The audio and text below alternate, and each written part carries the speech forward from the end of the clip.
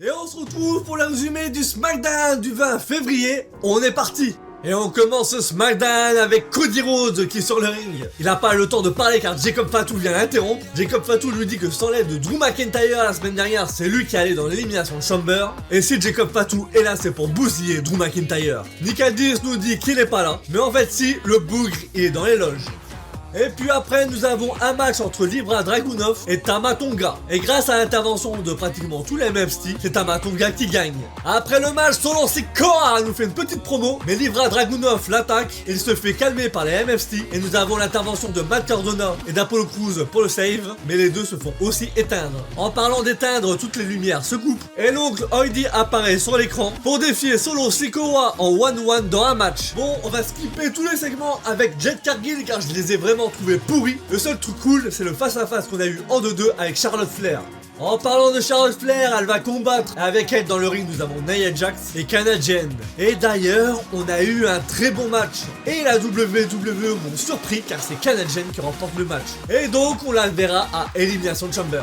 Puis après ça, nous avons Kit Wilson contre Oba Femi. Kit veut lire un poème à Oba Femi, mais Oba en a vite marre et le bousille. Bon, personnellement, j'apprécie les segments qu'on a avec Kit Wilson, mais là, faut vraiment donner du lourd à Oba Femi. Puis après ça, nous avons Tiffy Time contre Abba Fire. Et malgré l'intervention de Chelsea, c'est Tiffy qui gagne le match. Et puis après ça, dans les coulisses, nous avons une putain de promo entre Sami Zayn et Cody Rhodes. Sami dit à Cody que la semaine dernière, quand Drew McIntyre est venu l'attaquer, Sami a protégé Cody. Et Cody, pour le remercier, il lui a mis un crossroad pour la victoire. Et Cody lui répond que c'était une opportunité. Et c'est parce que Sami Zayn ne prend pas ce genre d'opportunité qu'il n'est pas encore champion.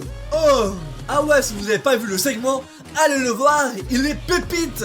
D'ailleurs, et encore la semaine dernière, j'étais pas du tout chaud pour l'élimination de Chamber, mais j'ai changé d'avis depuis quelques jours car je sens que là-bas, il va y avoir une dinguerie.